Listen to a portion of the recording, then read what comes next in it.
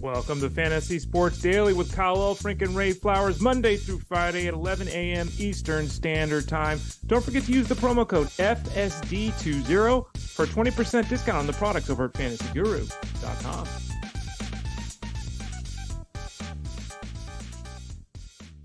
Welcome in to Groundhog's Day, February 2nd, 2024. Kyle Elfrink and Ray Flowers with you at Fantasy Sports Daily, powered by fantasyguru.com. Ray, I know it's quite early in your neck of the woods out there on the West Coast, but did you catch what Puxatawny Phil, if he saw his shadow or not earlier? I saw someone holding him up in the photo, but I did not. What was the result? I did not pay attention. Early spring. I know that. Early spring. Now, remember years ago, do you remember this, Ray? We interviewed the Puxatawny Phil handler, maybe the guy in charge of Mr. Phil, the groundhog. Not the guy who lifts him, but the guy, Ray, who in effect takes care of Phil the groundhog all year long. And I'm trying to recall, he wouldn't even tell us how many Phils there have been. Right. He said a few, or he was cagey. He was very cagey, yeah. And they never tell you when it's a new Phil. Mm-hmm. But he is, what a job, man. Keep him in charge of Phil, the groundhog. I remember that. I remember that. Yes, I was just going to bring it up if you didn't, but of course your memory is probably better than mine. So there you go. Yeah, that was a few years back. Today we will have no such guests. Today we will not have guests. Today you get Ray and I talking baseball, talking football. Still no Super Bowl, if you hadn't known. What are we, 9 days away from getting things going in Vegas? There is big news, though, on the football side. Ray, you were telling me over at fantasyguru.com, for those who are maybe thinking about a wager or two going into next week, for those who are thinking DFS going into the big game between the Chiefs and the 49ers, things just got a bit cheaper for those football fans, right? They did. You can see it there on the screen. We keep dropping prices. I feel like we're sale, like we're doing something here. But we dropped it down to $19.99, and that gets you the Super Bowl betting package that we've been talking about. That gets you access to all the seasonal football that we do. That gets you access to all the DFS we do. So you get everything for the next week. And like I said yesterday, you can go and look back at rankings. You can look at articles. You can read, reviews. Everything's available to you. And you also get the betting package, which of course you get with the Super Bowl package. $19.99. That also includes franchise mode. So it goes beyond the Super Bowl. It gets you kind of our run up to the draft, if you will, for football as well. So yeah, price is down to $19.99. It's a price a couple beers at a bar with your friend on a Friday night. You get all the stuff we got over at fantasyguru.com when it comes to football. Yep. So that's on the football side. On the baseball side, as usual, draft guide is out. $40 gets you in for the season. Use that promo code FSD20. You may see $50 on that price tag, but again, use FSD20 when you check out. That drops at another $10. And again, it gets you the draft guide in the whole season, all of 2024, the entire summer. And Ray Flowers is daily giving you information on season-long play. So do check that out. Of course, we got a lot of baseball to talk about today because, Ray, we had a big trade, big trade. Man, what a week for an Orioles fan. Phil Backert is probably going to go on a 4-day bender. It's been a while since he's got to celebrate the Orioles, but they finally got, it sounds like, the Angelos family. Got them out of Camden Yards. And, Ray, no sooner do they get news of a new owner and all this fresh money and excitement. Now they got Corbin Burnes. I mean, how awesome. This is what everybody's been saying all year, Ray. Got to get an ace, got to get an ace. They got themselves an ace, didn't they? They did, and I was out. It happened to be the trade went down when I was actually walking my dog at Ollie Aussie Dog on Instagram. I was walking him, and I get from Phil, all capital letters on a text, Burnes! And I'm like, what the hell? He got traded. And I pulled my phone because I don't know where, because that's all he did. And I'm like, oh, it's to the Orioles. No wonder why it's all capital letters. But yeah, Phil was pretty pumped up. And the Orioles, I mean, the Orioles are going through the roof, and the Brewers might be going through the floor. Yeah, a little different on the Milwaukee side, which honestly, and we'll get into this, but I appreciate the reset. It's a well-run franchise, and they realize they'd kind of come to the end of the road with some of this. That doesn't mean they'll be back to contending in 2 years or something, but they needed a reset. Guys leaving, it kind of started with Hader. Yelich is getting older and nearing the end of his contract. It's a youth movement in Milwaukee. So you've had they've been going strong for a good 8-9 years. So this is kind of normal. For people who don't know Milwaukee, I think they are dead last in market size in Major League Baseball. They're somewhere in the 30s. but it's a very small market, but a very competitive team and good ownership overall. So we will discuss it from the O's perspective, from the Brewers' perspective, and of course from the fantasy perspective. While Phil Backert's going crazy about his Orioles, Ray Flowers is not so crazy about his Giants. They continue to kind of sit on the sidelines. A little bit of news there. They want to sign guys, but what do you know? Scott Boras is in the way. So we'll talk about that. Ray is going to recommend some new categories for fantasy baseball, some things to maybe kick the tires on as you get set for your upcoming fantasy baseball season. We've been talking about getting rid of categories all week long. Whether you agree with that or not, Ray's got some suggestions for improving fantasy baseball. We will finish up our discussion of all things first base coming up later today. We'll talk to the rookies that you may get introduced to here in 2024. And then we'll finish things off with a little bit of NFL news. The Packers got news on Aaron Jones and Jordan Love. We'll finish up the tight end position, talking about rookies and maybe where to draft that position in 2024, because the depth is there. Does that change the goals? Does that change the spot in which you get excited about tight ends? A big thank you to everybody joining us here live on a Friday morning. Just as much, we thank those that download the podcast and listen to us, whether it's in the afternoon or the evening, whenever you get a chance. Chat room's open. So if you're following us on the YouTube channel, X, Facebook, wherever you're at, by all means, send us any questions or thoughts. Okay, Ray, let's start with the big news. Corbin Burnes.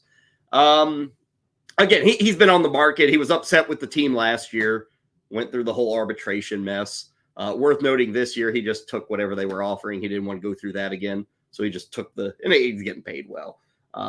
But Ray, the writing was on the wall. Mm-hmm. He was moving on after this season, was going to be traded at some point. I think, and again, we'll get to the Brewers side. I think they did pretty good in this trade. Like, you're getting rid of an all-star pitcher. I don't think it's ever safe to say, oh, we got a good deal. But I thought they did pretty well. What are the Orioles getting here? They needed a horse and an ace like this. I think Burnes fits the bill, but we're obviously more driven by the fantasy considerations. SP1 for you when you look at Corbin Burnes, does he land into that realm for 2024? I think he does, and there's a little bit of concern, but again, it's pitching in 2024, right? You look at his workload the last 2 years, he's one of the top-end guys in all of baseball, 200 innings, 190 innings. The year before that, he was at 167, so he's given volume. Since he really broke out back in 2021, the last 2 years have seen a pullback, and I think the biggest concern isn't that he's going to fall on his face or his ERA is going to be 3.9 or anything like that. The biggest concern is the strikeout pullback. And, you look at it in 2021 when he really emerged, strikeout rate was almost 36%, which is a massive number for a starting pitcher. Massive. Last year, or 2 years ago, it was 31%, which is still elite. Last year was 25.5%. So we're talking about a 10% drop, which in reality is like a third of his overall number. That's huge. Now, the league average is about 20, it's high 22s. So at 25.5, we're still looking at a guy who can strike out a batter per inning and all that kind of stuff. But when you see the velocity dip a little bit and you see the strikeout rate pull back as it has, you have to change your expectations a little bit. I think bottom line is, in a fantasy space, would we rather have 10.5 strikeouts per 9 innings and have 162 innings pitched? Would you rather have 9 strikeouts per innings and have 195 innings pitched? So I think it works out for us in the fantasy space in the end, Kyle. In the last 3 years, he has been taking the ball and pitching. And Ray, that is so critical now in today's baseball. And for the Orioles, it's very important. Mm-hmm. But I'm looking at the last 3 years, Ray, he is top 5 in all of baseball for innings, Ks, WAR, FIP, Sierra, ERA, he's 7th. And again, 3-year frame. So about the only knock on this guy appears to be the strikeouts. This is a player. It's kind of wild to think of. Corbin Burnes in his second year, Ray, was one of the worst pitchers in baseball. Really was awful. It kind of, who was it? Roy Halladay. It wasn't Roy Halladay just dreadful for a bit with the Blue Jays, and then he went back to the minors, figured it out, and became Roy Halladay. Corbin Burnes has done that too. I mean, there is a lot that has been accomplished by him over the last 4 years. I think, and I don't know if this still plays because of interleague and all that, the constant matchups, but I always kind of like a pitcher like this who maybe has the pitch that can get him those strikeouts going to a new league and just kind of being something fresh for Yankee and Red Sox and Ray hitters to kind of deal with. I think that number, it's very hard to predict where K rates go, but I think there's a chance he could get back into the high 9s, low 10s this year. Well, he could, but I mean, his CSW is down, his swinging strike rate is down, his first pitch strike rate is down. Like everything pulled back to the point where I'm so comfortable saying he's a strikeout an inning guy. But it pulled back across the board, which makes me concerned 10.5 or whatever we used to be. Now, again, the strikeout, if he gets you 197 strikeouts in 202 innings, yeah, who cares? Like, who cares, right? So we're quibbling here a little bit. The move to the new, that's tough because of all the free agency anymore and the interleague play and all that. Maybe, right? And we have seen this happen with players. We saw it happen with Stevenson last year when he went to the Rays. Maybe the Orioles notice something and tweak a pitch. Maybe they add a pitch. Maybe they pull something back, and maybe he surges again because he gets different voices in his ears. They have different analytic departments, so they help him change the shape of this pitch or that pitch or the way he threw. There are nuances, even for a guy at the level of Corbin Burnes, that maybe that is the biggest impact going to the Orioles, not necessarily in a new league, but getting a chance to have other people in his ear that might teach him something or tweak something that he's already doing. And one thing to keep in mind here, Ray, is Camden Yards, which became a lot more friendly. And I don't have the numbers ahead of me, but I mean, home runs to left field like fell off a cliff last year, didn't they? I mean, they made that switch with the fence and moved it back. I believe the home runs really dipped to left field. Now, the overall ballpark can still give up home runs, but I bring up left field because you're mostly facing right-handed hitters, and guys who are trying to pull it. And Burnes had that one really bad year for home runs. And then since then, Ray, he's been pretty good on the home run front. So that's one of those things we try to quantify with pitchers on the move is, the ballpark. This is probably a bit of an improvement for him getting to Camden over Milwaukee. Yeah, if you look at how things went the last 3 years, 2021 to 2023, Camden Yards, according to Park Factors, was 12th in home runs. Last year was 23rd. So that's a huge change, to your point. I mean, that's a doubling of where we're at. So, yeah, it's not a scenario where the ballpark is something that you should be panicked or nervous about with Corbin Burnes. There are, being in the AL East, you face all these lineups, and that's an issue, right? Because the opponents, I think, are pretty damn good. But the ballpark itself in Baltimore shouldn't be something that leads you to be overly concerned about the home run in Corbin Burnes. I've got a graph here. This is ballparkpal.com. And looking at Oriole Park, Ray, down the left field line, home runs are 37% lower. Last year, they were 37% lower than a typical major league ballpark. Straight to left field, home runs were down 34% from the typical left field in baseball.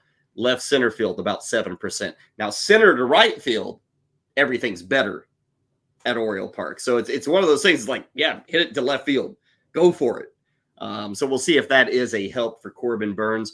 On the overall slate, Ray, of fantasy pitchers, we'll talk a lot about, pitchers in that position weeks from now. And obviously it'd be a huge discussion. It always is.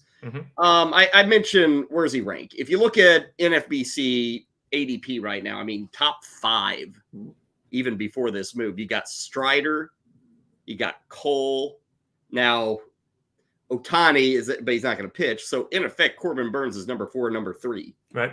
Zach Wheeler, Kevin Gausman. I mean, that's the level of pitcher we're talking about. This is maybe, according to fantasy drafters, the best pitcher in baseball being traded here in February. Yeah, we upped him in the rankings at fantasyguru.com by 1 spot because I don't think it's an appreciable change, a new environment, a winning environment. Ballpark's not a huge issue, all these kind of things, but he was already top 10. So it's not easy to make leapfrog. Oh, by the way, just to mention this, because I've heard this from multiple people, I encourage everyone to read the disclaimer at the top of the rankings pages, both for pitching and hitting at fantasyguru.com. So I've had multiple people say, Ray, your projections.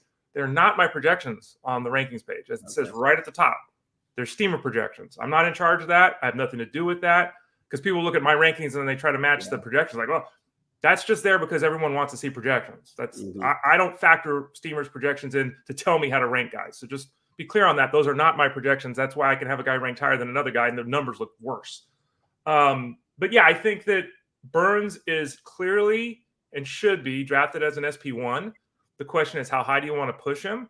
And I think that, when you're taking a starting pitcher that early, you have a decision to make, right? And one of the decisions I think you should make, and who knows if it actually holds up, but one of the decisions I think you should make is you need to take someone, if you're going to be the early bird at the pitching spot, that is going to be on the field. And for right now, at least, Corbin Burnes looks like one of these guys. He's not Blake Snell, whose innings pitch total goes all over the place. He's giving you 195 innings. He's there. He's in the prime of his career physically, age-wise, all that kind of stuff. I think he's a good guy to have as your SP1. Feels like a lot of guys who are SP1s this year, Ray, have normally been SP2s. And what I mean by that is when like Spencer Strider, I know he's young, and so it's hard to say he was an SP2, but like Zach Wheeler, Kevin Gausman, Luis Castillo, George Kirby, Pablo Lopez, Zach Gallen, Aaron Nola. Like, honestly, Ray, I hear those names, and those are going as SP1s this year. To me, if you just say Zach Wheeler in fantasy, oh, SP2. If you say George Kirby, SP2. Pablo Lopez, it's like that's an SP3 maybe to be. It's amazing to look at the list. And Corbin Burnes to me was a little more of an SP2 than an SP1. Now a lot of people may do, but Ray, these guys have now been pushed to the front of the class, and that kind of speaks to what everybody has to deal with pitching. Is there are no sure things. There are no guys who've been doing it 8 years outside of Garrett Cole, but these other guys, Ray, I kind of feel like we're in such a There's a lot of inflation. How about that? I'll go with inflation, it feels like, with these guys being boosted well within the top 10 of the position. Well, Corbin Burnes is 6'3", 230, and he's 29 years old. I mean, he's got the build. Go. And that's, I mean, that's kind of Pablo Lopez, who took about 4 years to prove he could stay healthy. The last 2 years has stayed healthy, and last year in particular, his strikeout rate shot to the moon. It doesn't take much, you know, and I'm not saying as a fantasy space we're chasing numbers at the pitcher position, but we kind of do, because it's almost like we need to be it needs to be confirmed when you're talking about taking a guy in the third round or second round. It needs to be confirmed that this guy's going to be there, right? Because we can all talk about Tyler Glasnow and love Tyler Glasnow, but the guy can't throw 130 innings, which is why I'm shocked to see him listed at the NFBC, excuse me. He's a top 12 pitcher. Yeah. How? He can't throw 130 innings. Like, how is he? You know, these other guys like Burnes and Wheeler and Cole, yeah, they're going to give you the innings. So again, that's I don't take pitching early. I don't think you take pitching early either, Kyle. But if you're going to take the pitching early, it's not the time to be a hero. If you're going to do it, you need to get a guy that's going to throw you 180 innings. At least give yourself a chance with that, because otherwise you're putting yourself behind the proverbial 8 ball. I'm just glad I'm in a 16-team keeper league, and I've got Cole and Kirby. I'm in a good spot on pitching. That's fun to carry over from one year to the next. I picked up Corbin Burnes in my dynasty league. Because of the struggles he had, right? He was a free agent in 2020. I picked him up in September for $1. Wow. Okay. One of the best moves ever, Ray. Right. Yeah, I know, right? That's what happened. Because, again, he had the high up here, and then he tanked, and no one knew. And I said, what the hell? I'll take a chance. He's had a couple of nice starts. So, yeah, I've had Burnes now for years in my dynasty league, and I'm obviously reaping the benefits of that. I think overall, too, it's probably good to get him out of Milwaukee. That relationship seemed very sour. Yeah. You know, and I don't think he's probably excited about this. And obviously he goes from a team that is in a rebuild to now a team that is aiming for a World Series, frankly, when you look at Baltimore, going into free agency as well. I mean, this is a really nice setup. Now, sometimes it can be so nice that you almost expect it to fail. But like, this is the move Oriole fans wanted. It's the move Burnes wanted. I don't see the Orioles like extending him. Maybe they get crazy with this new ownership and force it. I kind of think he's one and done. Which for some people, Ray, you say rental. The team's ready to win. Mm-hmm. They have this need. Mm-hmm. They didn't give up a ton. They're loaded with prospects. Yep. I mean, this is a great move for Baltimore, and it makes sense for Milwaukee. As for what the Brewers got, Ray, DL Hall is a huge arm that we've been hearing about. We've never really figured out if he's a bullpen or a starter. Have to think with Milwaukee, they're going to give him a chance to be a starter. They get an infield prospect, Joey Ortiz. Baltimore is kind of like Cincinnati. They've got all these infield prospects and stuff. It was crowded. Joey Ortiz is almost aging out of prospect world, so he's probably going to be playing with Milwaukee. And then they get a first-round pick coming up, a compensatory pick, so it's like in the 30s. But, Ray, in effect, they've got a guy to join the rotation and hopefully an everyday infield starter in Joey Ortiz. Yeah, and the Hall thing, it's new and it's breaking, and I saw multiple reports that said the following, which is like I wrote it from my office. DL Hall is going to be a starter in the long term. We don't know if he's going to start now. So until the team comes out and tells us what the plan is, it's very unclear where he's going to be. There should be no doubt, is there? Well, he was so successful in the bullpen, and he's had health. Well, I know you're shaking your head, but he was successful there. He wants to start. The Orioles have always said we'd love him to go back into the rotation, so I think it's fair to think that's the play here. But note that he threw 75 innings last year? And in 2022, he threw 90 innings. Yeah, but to get to 120 shouldn't be. I mean, again, that makes sense, but also have to factor in, has he for the last 4 months been training to relieve, or has he been preparing himself to start?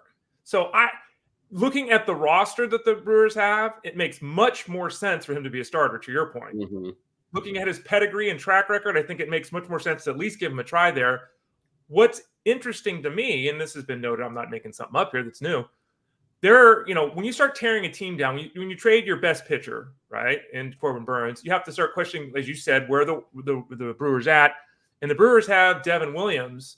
Why are they paying a closer huge money to win 81 Well, games? And if Williams were to be traded, which is very possible, then I could see Hall going to the bullpen. But he could become the closer then. Yeah, absolutely. So that's I'm going to be very interested to see the press conference where they talk about this, to see if we get any clarity with it. He's got to be a starter for this team, because their teams, they have a need. It's like, and no offense to relievers out there, but you're a reliever for a reason. And I think DL Hall, he hasn't proven to me you got to be a reliever. Like, we got to get him into the rotation, give him 15 starts. Let's see if there's something to build on here. And Milwaukee's got Payamps. I mean, they got other guys they can turn to if Devin Williams moves on. Remember, Devin Williams, when he came up, was nothing like, oh, wow, a superstar closer. Nobody thought that. He was a one-pitch guy who nobody could hit the pitch. They're still not hitting it. But I think DL Hall is, I would suspect, outside of a Williams trade, he's going to go into that rotation. And I would take a very late call on him in a draft. I would have whether it's bullpen or starter, I think the talent's there. And Ortiz, Ray, again, I saw the possible other third baseman or whatever from Milwaukee, and it was hideous. And I don't know how good Ortiz is at third versus how good he is at second or short or all these things. I don't know that. But they're going to find a spot for him in this infield, I think, too. Yeah, I think that, and we always turn to Fangraphs for their roster resource, because it's a good source for people kind of looking at what projections are for lineups and such. And they stuck Ortiz in at third base. Okay. And, if you look at it, Andrew Monasterio, that was the name. Yeah, I looked at that name. Yeah, it's like, and I had my hand up in a 15-team mix league. I picked him up for 2 weeks last year because I had a need when I had injuries. But yeah, so it certainly does look like that. Now, the problem with Ortiz directly is that, he profiles as a good major league player, but he's not a 30 home run guy. He's not a 20 steal guy. Like, he's not a sexy or exciting fantasy play. But if he's playing every day in a lineup, like I said, there'll be times probably in a mixed league where you might consider going in his direction in 2024. Yeah, I mean, his slash line last year, and it was all at, what was it? Yeah, all at AAA. It's only 90 games, but 321, 378, 507. So he's a guy who has a clue hitting. But again, he is a little older, 25 years old, coming into this season. So the trade is in the books. I think everybody was waiting on a Dylan Cease trade. That has not happened. Instead, it's Corbin Burnes going to the Baltimore Orioles. And again, congrats to them and their fan base for a little excitement. A bit different in San Francisco, Ray. The Giants are a team in need of some moves, and not that they haven't tried anything. I mean, they made the trade for Robbie Ray. Let's not forget that. There have been some other moves as well, but I guess it was Bob Melvin, I think on a local radio station in San Francisco. They said, well, are you guys done? You're 2 weeks out from spring training. And he goes, no, we want to get some guys, but we're in effect getting stonewalled by Scott Boras. And Ray, it's not just the Giants. Boras has Jordan Montgomery, Blake Snell, Cody Bellinger, Matt Chapman, probably some others too, but those are four big ones. And none of those guys have deals right now. And the history says, Ray, the longer these guys wait, and as we get into February, no matter where they end up, history suggests it ain't so easy to just hit the ground running with these new teams and to just land and be comfortable and ready to go for the upcoming season. I think that's fair. I also think history shows us that somehow Scott Boras convinces someone to give his client the most money anyone ever expected. Yeah. So it's a, if you're, I've said this before, if I'm a player, Scott Boras is my guy. He's going to get me. He's going to get me my money. Those guys are showing a lot of faith in him Mm-hmm. because I think any human being, mm-hmm. Ray, obviously they want to know where they're at. Their family wants to know where they're at, everything. And can you imagine the last 3 months if you're like a good buddy with Blake Snell and you're like, where are you going to be this year? Where are you? Like everybody's asking Blake Snell, family, friends, all that. Where are you going to be? I'm waiting for Scott. Like this is pure trust in your agent to hey, I'll trust you. I'm going to get a ton of money, but I'm going to have to sit through an off season in total limbo. Yeah, we've heard rumors of Snell to Seattle into New York. Okay, all the way across the country. I think that I look. It's his job is to get his clients the most money possible. The Players Association loves it because his clients drive up the price of everyone else. Okay. From a real world perspective, if I'm a player, I just said I'd hire him. At some point, I'm calling him up and saying, Scott, make a deal. Like this is, I can't go make a deal, right? Like I get what you're, make the deal. And I think that, a lot of it's shocking to think we're months into free agency and there are still all-star caliber players on the free agency. I mean, it's shocking. No other sport would be this way. Baseball should do something to generate off-season excitement. They should create some system like the other sports where they try to actually get the best players immediately on their team. Baseball I'll tell you something, Ray. Once a week throughout the entire offseason, we line up the top 15 free agents, right? And every week is devoted to getting that guy signed. That guy must sign right on Sunday at 11:59. Go, but we deal with this every year, and I know exactly how this is going to play out. And I think tell me if this is tracking, Kyle. You mentioned all these big name guys and everything. Giants are going to get one of the big names. Giants are going to get Matt Chapman. Yep, which is fine. He played in the Bay Area with the A's. He's still a strong defensive player. His StatCast metrics were top 3% in all of baseball, even though the results weren't there. He's totally fine. That's not a franchise move. He's a really good player. That's a Giant move. So that's who they're going to get. They're not going to get Bellinger. They're not going to get Snell. I'd be shocked if they do that. And it's really interesting because I know Giants fans, and obviously growing up here and everything, there are a lot of people that are like mad at the Giants, and it's like, look, the Giants offer contracts. They can't make players take it. Mm-hmm. And this happens in all the sports. People as fans say, well, why aren't they doing this? And I hate them. They're not making moves. All they can do is offer the contract. They can't force the player to take it. And for whatever reason, because of 5 blocks in San Francisco where people shit on the sidewalk, because of that, no one wants to come to the Giants. It's the craziest thing of all time. The Bay Area is fantastic. Everything is here. Mountains, snow, rain, ocean. But no, earthquakes even. You even get earthquakes. Even so, yeah, right? They won't come to people. The players think that SF is an S-hole. Yeah. And it's really I would have no problem. I would have zero problem going there. I mean, zero. I'm sorry, but Dallas doesn't interest me. I'm sorry. Even New York, I wouldn't want to be in New York. I'd rather go to San Francisco. Yeah. I'd rather be in San Francisco than LA. Yeah. Now, I guess people just want to win, but who knows? What's interesting with those 4 guys, all Boras clients, Ray, is overall, maybe it could switch slightly based off signing, but me as a fantasy player and drafter, I really want nothing to do with any of these 4 guys this year. Like Bellinger, no way. Snell, no way. Like those are easy, and maybe I end up with them somewhere just because of the moment, but there's no targeting of any of these 4 guys. Like I'm not Chapman, Snell, Bellinger, even Montgomery, Ray, not targets. Let's say that for me at all this season. Yeah, Snell is very interesting. Just like Bellinger, these 2 guys had fantastic seasons last year, but when you dive into the numbers, it's like, I'm not sure, A, in the short term if they can repeat it, and B, I'm pretty certain in the long term they can't. So, and it's really difficult to envision either one of those guys being someone I would want to give $250 million to. I think Montgomery is probably the safe. Montgomery and Chapman are the 2 safe players. They might be the lower floor players, but I also feel like they're reaching their floor. These other 2 guys, Bellinger and Snell, I agree with you. Like I as a team, I'd be reluctant to give them the money. And in the fantasy space, I'm reluctant to buy in on them as well. Johnny jumps in, Ray, and says he'd rather be homeless in Florida than living in San Francisco.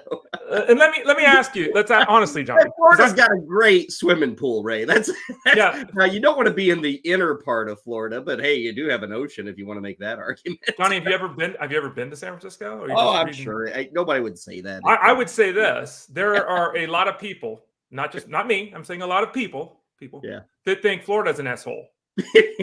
You go and what's the thing? You go into Google and you type in anything that's ever happened in the history of the world in Florida, and it's happened there. There's Florida man. yeah. So it's again, it all. Hey, look, I'm just telling you that again. I've lived here my whole life, so I'm biased. Yeah. But there's culture. It's a great place. And I have not lived there my whole life. I've visited multiple times. I have no connection to San Francisco. But like a lot of cities are like this, right? I love Chicago. Mm-hmm. People think Chicago is, whoa, you're going to get lucky to get out of there without getting a bullet wound in your butt, Man, but I love it. It's fantastic. And everybody, hey, different strokes for different folks. Some people don't want to be in giant cities. Yep. Some people would much rather be in St. Louis than or Milwaukee. Yeah, Milwaukee. Hey, I'm a city guy. I don't know. There are very few. Ray, is there a city you've been to that you said, "Wow, I don't like this city"? Like, is any of those that you've been to and you say, "Well, this isn't something I could even do"? Is St. Louis one of those for you? St. Louis is not one of those. I stayed on the right side of the river, like you told me to. Well, you didn't go to Illinois. That's New York. New York? Yeah, I can't. It's too much. Yeah, too much. Too crazy. Even in San Francisco's major metropolitan area, I've got Oakland. New York is too much. LA is but LA proper is different from LA the region. Right. Like LA proper, I don't think, it's just you're too tight. Too much traffic. It takes an hour and a half. I mean, traffic's bad here in LA. It takes an hour and a half to go like 5 miles. Like, hell no. As the song says, the highway is always creeping, even when the population is sleeping in LA. There it is. Okay. What were we talking about? Oh, yeah, sports. Ray, let's get to your draft guide. Every day this week, we've been every day for the last few weeks and the upcoming weeks, talking about a column kind of spotlighting a stance you've got in the very, very strong Fantasy Guru Fantasy Baseball Draft Guide. This week, we've been talking about chopping off categories or finding switches for categories. Ray, what do you think here? Categories to add. A lot to deal with here. Now, we've talked about some of these this week. We've talked about solds. We've talked about quality starts, net wins, quality starts plus wins. Obviously, 2 days ago, on base percentage, OPS plus, but even other items that you kind of throw out here as well. Yeah, because you've been joking, and I mentioned it's opinion week over at fantasyguru.com. We've had head-to-head week. We're doing opinion week. We're starting best ball week. Like we're trying to rookie week we had. So we're trying to kind of group everything together. And all week, an article's at fantasyguru.com. Again, promo code FSD20. And here on the show, we've talked about it. You've made fun of me. Well, let's go on the other side. What are we going to add if we're taking things away? We can't play a 1-by-1 league, right? So we're not going to do a strikeout and home run league. So these are just some ideas, and you can get. And this is something we talked about too, and you brought up the math part of this. Like, people don't want to have to do math, and I don't mean that in a negative sense. I mean, WAR. Does anyone know what WAR is? It's everything. Nobody. Okay, but I don't even think Bill Equation knows what WAR is, does he? No, the equation's 197 characters. It's massive. So these are some readily available, easily understood ways that we could improve the way we record. We talked yesterday in particular about batting average being replaced by on-base percentage.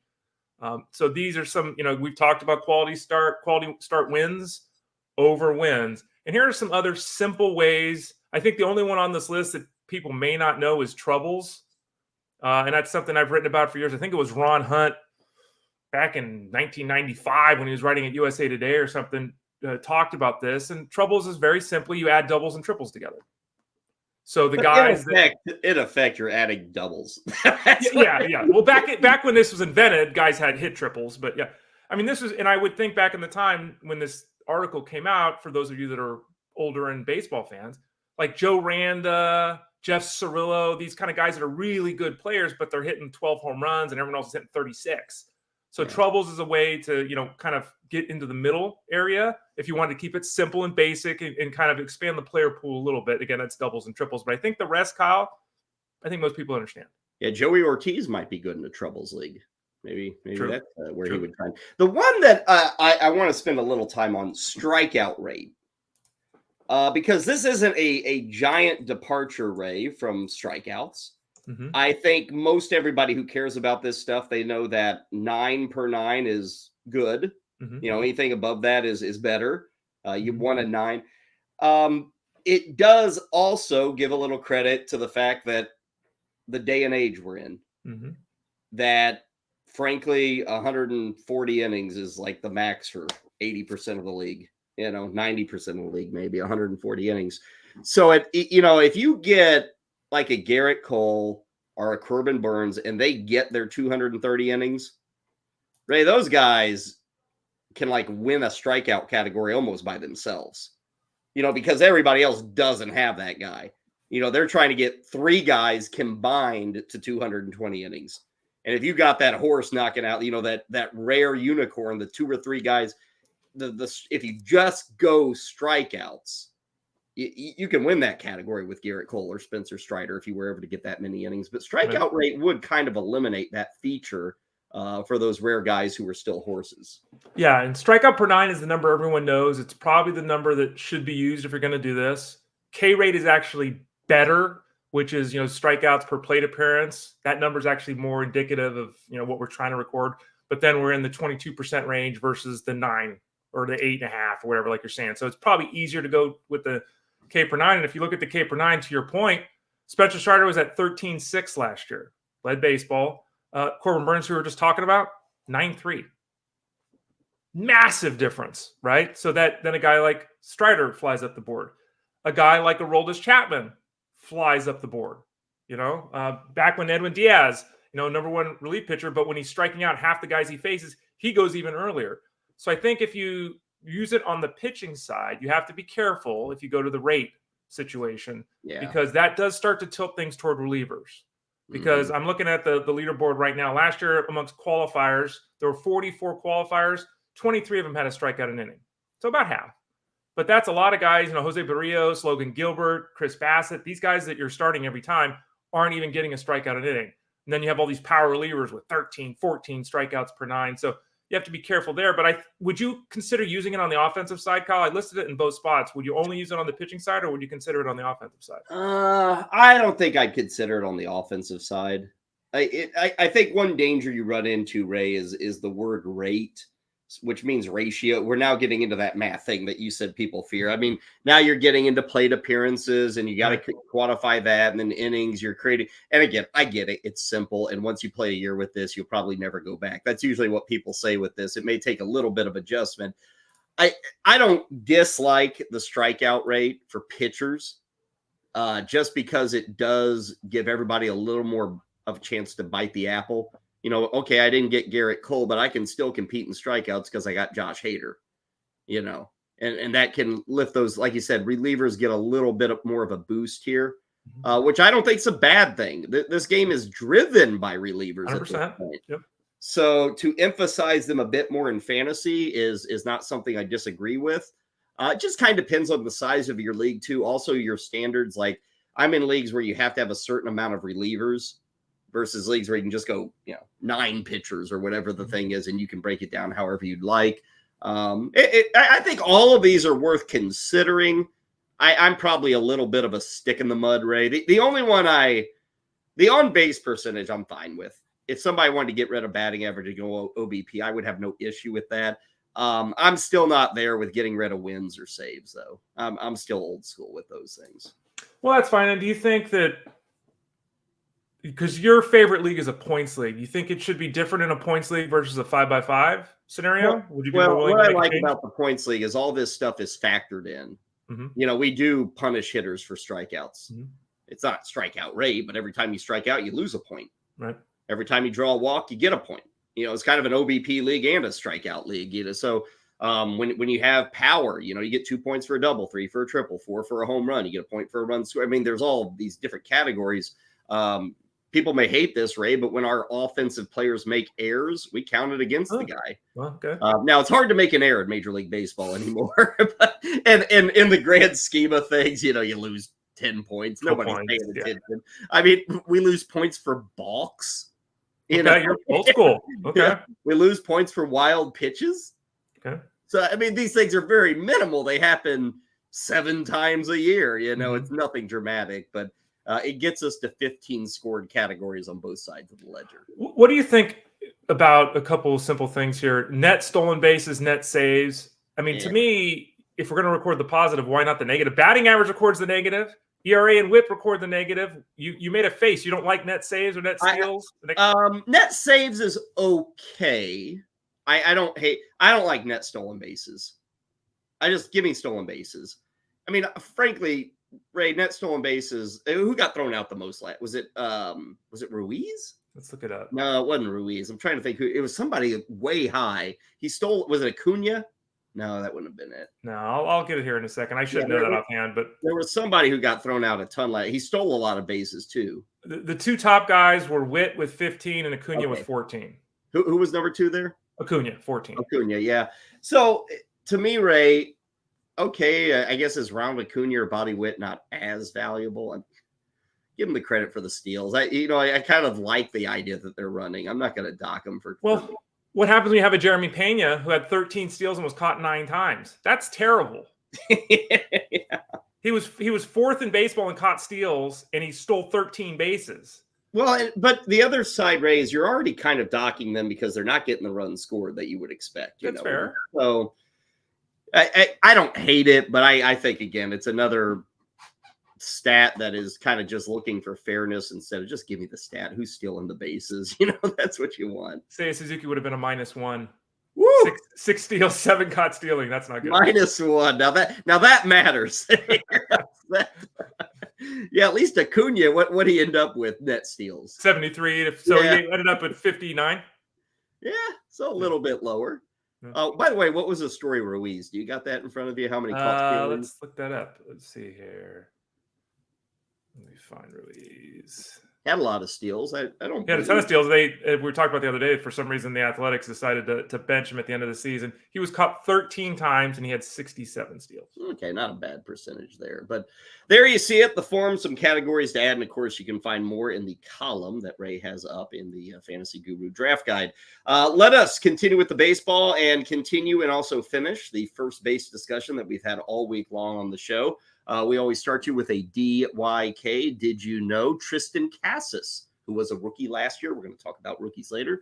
Tristan Casas, as a rookie, became the first Red Sox rookie since Fred Lynn in 1975 to lead the team in OPS. 857 for Tristan Casas. Furthermore, he is the 4th Boston rookie to lead the team in walks. He's like the first since 1965 or something like that. Ted Williams was a rookie who led the Red Sox in walks. But, Ray, I bring that up because Tristan Casas was a bum for the first 6 weeks of last year. Mm-hmm. He sucked. I was surprised they didn't send him down, honestly, Ray. He was that bad.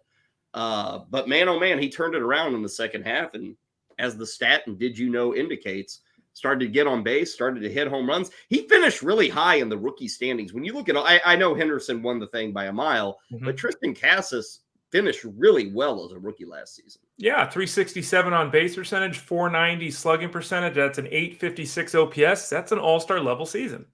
And I think the way it occurred last year was surprising. To your point, he started slowly and he was wonky, right? But then he caught fire, and for months he was just that guy. I think there was always a reasonable expectation he would be that guy.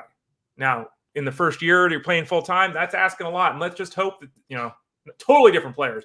But let's hope he doesn't go Andrew Benintendi, where the best is at the start, and then it kind of I don't think that's going to happen. I think the approach that Cass has had is excellent. He takes a walk. He understands the strike zone. He's not a big strikeout guy, right? He's not one of these guys with a 35% strikeout rate. So he really does control the strike zone well. He's got a good approach.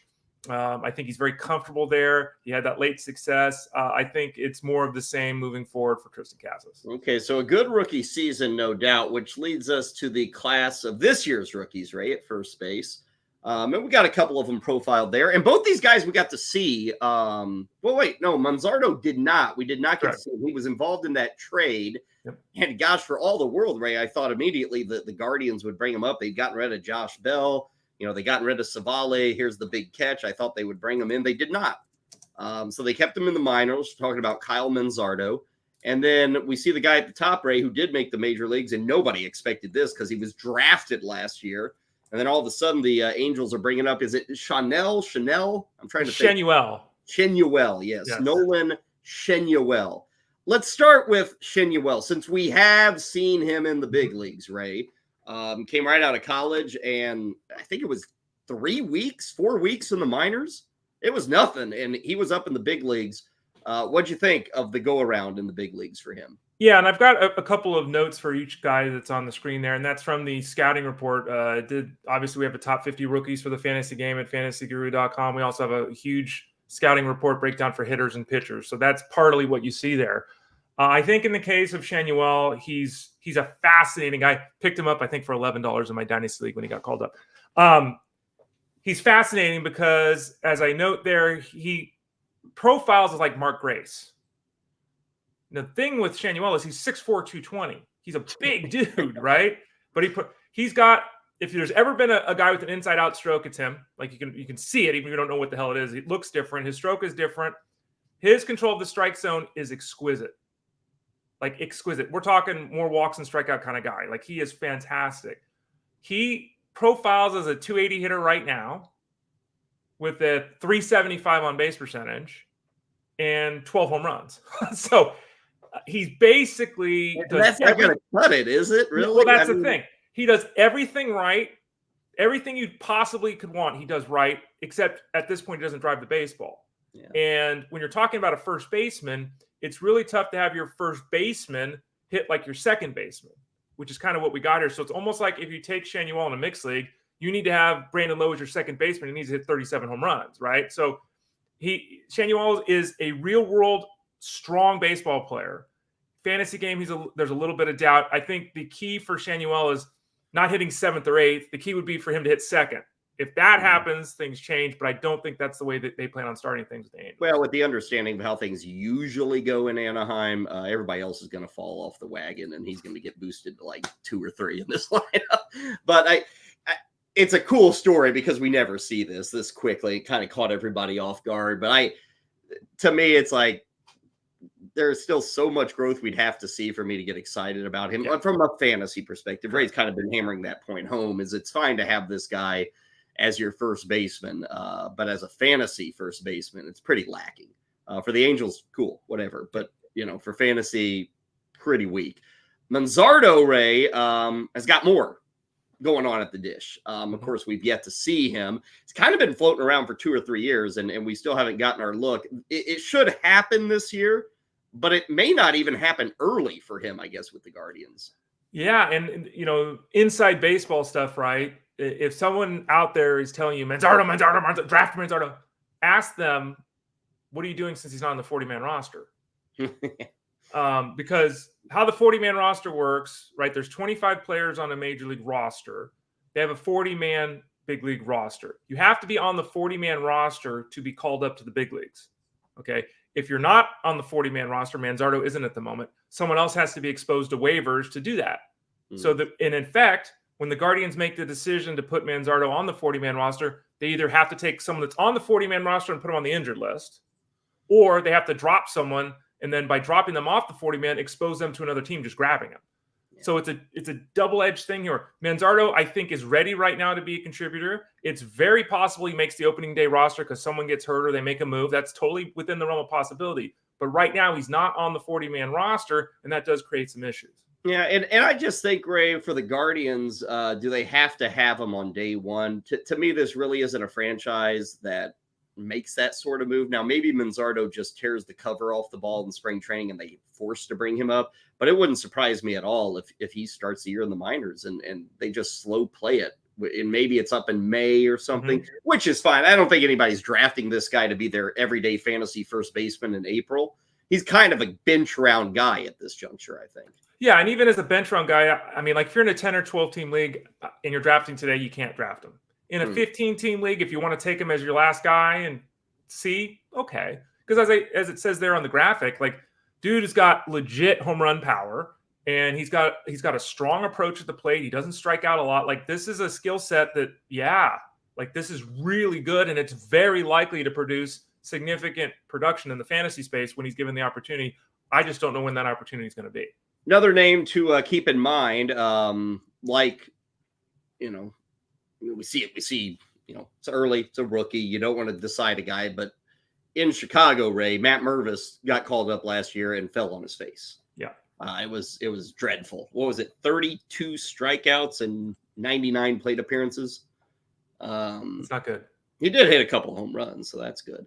32 strikeouts. Yeah. 4-to-1 strikeout to walk ratio there.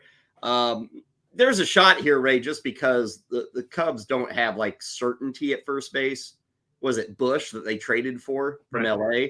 Now the thing is, Bush, I would put him as a better prospect maybe than Mervis. I think that's fair. So we'll see. But I mean, Bush could run away with this job, and Matt Mervis is nothing but trade fodder. But we'll throw his name in here. I don't think he's draftable. I think Seattle's got a guy, Tyler Locklear, who's considered. It's not a super great position right now with rookies. It's a little light, just like the position is. There's nobody imminent, Ray, that is just gonna explode to be a top 12 guy. I think. Well, I think that's fair. And we have guys like Michael Toglia, Nick Prado, who are supposed to be 25-90 guys, and they've petered out. Let's hope that Matt Mervis doesn't go down that area, right? So yeah, first base is not in a lull. It's not like it's never been worse, but there's not a lot of first base prospects other than the guys we just mentioned, really, that appear likely to make an impact this season. And even then, as we're discussing, it's not clear that even these guys will make a huge impact this season. Yeah, I don't think there's a Tristan Casas in the crew probably for this year. Manzardo could be, if he's, he could be. But yeah, Matt Mervis, after what we saw last year, his star is certainly on the downward trajectory. Next week on the pod here at Fantasy Sports Daily, Ray and I will go to second base, and we'll talk about that position. I'll spend an entire week doing nothing but the guys who turn the double play. So that should be fun. I hope you enjoyed First Base. And again, you can find all these shows that are cataloged on YouTube. So if you want to hear something else about first baseman, check in Monday, Tuesday, Wednesday, Thursday, and now Friday to get your fix. Let's move to football. Got a few minutes here left in the show, Ray. Final day for us to talk tight ends. Admittedly, we didn't give them a load of time this week. Yesterday, we talked about the studs and the duds, all of that. With this position, Ray, one thing I did want to bring up to you, where to draft. Last year, Travis Kelce, first round, people were taking him top 5, top 6 in a PPR setup. He was fine. He was not a superstar. He didn't blow away the field. He was fine. And, I hate anytime you say this, like, oh, you hate Travis. No, it's fine. He was fine. Okay, you drafted for more. I think that's fair to say. His numbers were good. I mean, they stack up historically as an awesome season, okay? They're just not your typical Travis Kelce season. Late push at the end of the year has certainly helped him in the standing of minds. But, Ray, this also comes back to the depth. One of the arguments for Kelce last year was he's going to give you so much more than anybody else. Right. That didn't happen. The other argument was, even if you draft one of these other good guys like a Mark Andrews or something, or a Kittle, there aren't many tight ends who are good. That's changed, I think, now, Ray. There are probably 3 or 4 extra names that you would have to throw in there as good, which to me only drives home the point that I'm not going to draft these guys early. Now, we're still seeing Travis Kelce in early drafts go like 3rd round. We're seeing Mark Andrews, Sam Laporta. These guys are still like in the first 5 rounds, but let it be known, Ray, I'm not changing my theory for next season. There's actually more talent later, the more I wait at the position, I think. Yeah, I think depending upon your scoring setup, it's very possible that Kelce was still number 1 in points per game this year. He and Hockenson were basically right there with one another. Kelce missed a couple of games. So it's not, if he comes back, and all indications are that he'll come back, I would anticipate a season next year very similar to this season. I think that's totally fair. He's a top 5 tight end. Easy, right? If he's healthy. But the field is catching up, to your point. Totally fair, totally correct. You've got a couple of guys, and Kittle and Andrews are starting to show some age, right? And I don't think we've seen a drop-off in Kittle. I think we saw some with Andrews, but again, there's injury involved there. So we have a couple of guys that are starting to get a little concerning if you're in a keeper league scenario, something like that. But then we've got Laporta. Then we've got Kincaid. Now we've got Njoku surging. Like we've got guys that are looking like they're just easy Trey replacements. McBride. I think Trey McBride is like a very, and he's 6th, 7th, 8th off the board at tight end. I love the call on McBride. Trey McBride, he was catching 5 or 6 passes every game down the stretch. We got Kyle Pitts, who we talked about earlier, who, with the new offense, maybe new quarterback, all that kind of stuff, hopefully will improve. So those guys are all ascending. We've got a couple of free agents. I mean, Hunter Henry, theoretically, if he ends up somewhere, could be something. Dalton Schultz, the Texans have to make a decision whether they want to bring him back. That's a guy that can catch 65, 70 passes. So there is a lot of, I don't know if parity is the right word, but there's a lot of depth at this position relative to where we were a couple of years ago. Yeah, for a position where you only need one of them, you should be fine. I didn't say that last year. Now, one of the big reasons, Ray, of the success was a guy like Laporta, Kincaid, the rookies you mentioned. As we talk about guys who will be drafted this year, there is a name certainly at the top. The position overall is pretty weak for the NFL draft. They're Jatavian Sanders of Texas maybe gets in the second round. Brock Bowers of Georgia, Ray, is the name here. And the expectations, this guy's probably top 10. This guy is expected to be like a Hawkinson. This guy is expected to be as good as Laporta, if not better. This guy is the next Kyle Pitts. Let's hope he isn't really the next Kyle Pitts. But, that's Brock Bowers has been for 2 years now, the guy people are talking about. He's coming out of Georgia, Ray. And again, everybody would say, if I'm just ranking off talent, this guy's like top 5, top 6 in the entire draft.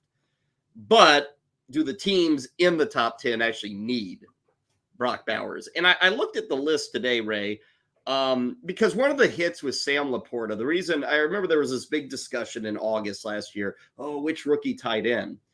And I was firmly in the pool of Laporta. Now, I didn't think he'd be this good, but I was firmly in that direction because of even last year with like no tight end, Detroit used the tight end a lot. And they had like 3 or 4 different guys catching touchdown passes. And I thought, man, they went out and got Laporta because they think he can do everything that they were using 4 guys to do last year. It really opened up the roster. Dan Campbell, ex-tight end, all that stuff. So that worked. And I bring that up, Ray, because for Bowers, it's really important to land in a spot where they're going to use the tight end. And in the top 10, I look at Washington and New England. It's like, okay, they could use a guy like Bowers, but they also need a quarterback more than a tight end. So it's almost like they're not going to draft Bowers there unless they trade down. The Chargers seem like a good spot with Gerald Everett being a free agent.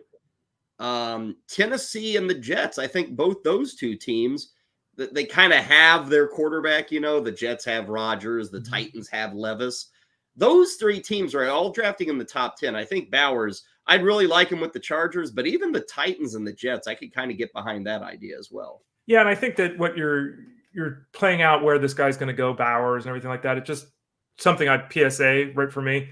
Getting a lot of questions at fantasyguru.com about people making dynasty trades. Like, be careful, folks. I mean, you're making trades where the coaching staff's changing, the draft hasn't happened. Like, Bowers ends up in one spot, he goes Laporta, right? He ends up in another spot. He's not a starter in year 1. Yeah. So it really does matter where these guys end up before we start prognosticating out what they're going to do, in their first season in particular in the league.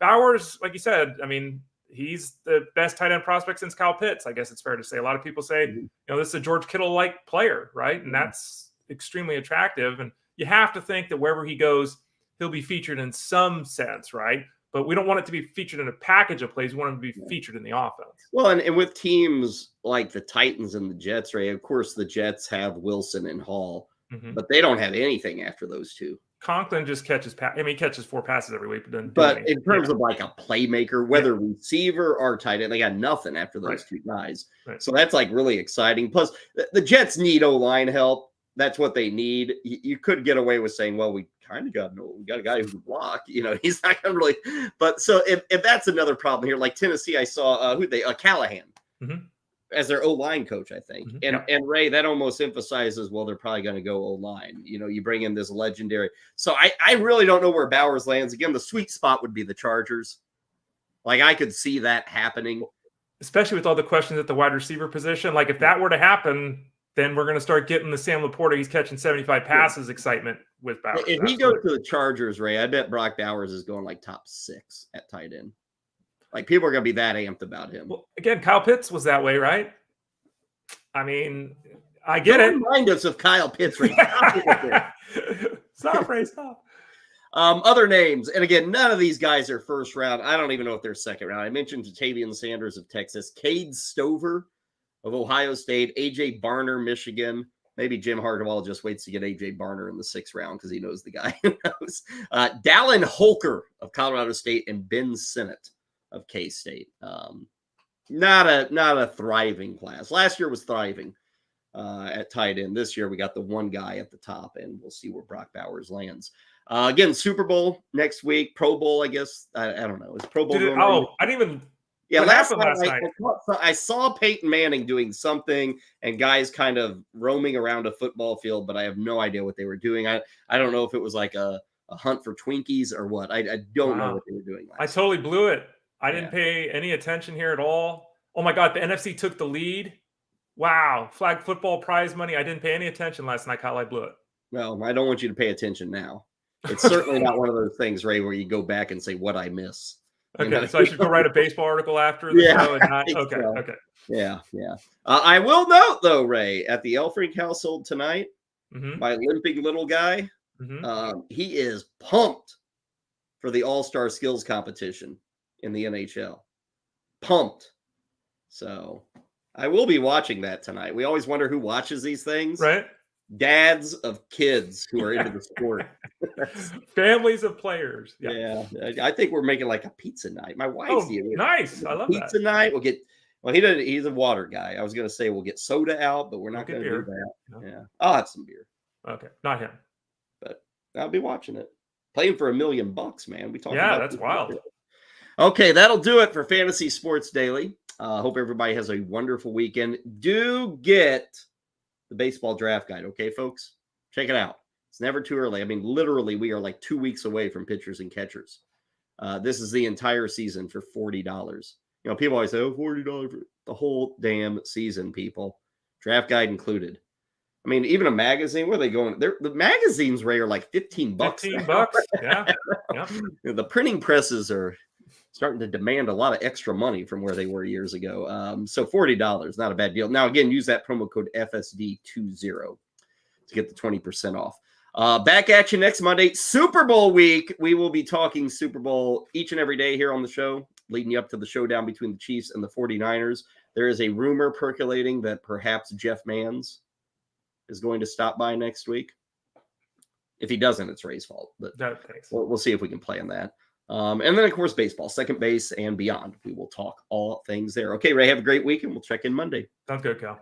Everybody out there, thank you for joining us, not only today, but throughout the week, throughout the months now. I guess we're into like 2-3 months of doing this every day. So we love doing it Monday through Friday, 11 a.m. Eastern. It is Fantasy Sports Daily, powered by fantasyguru.com.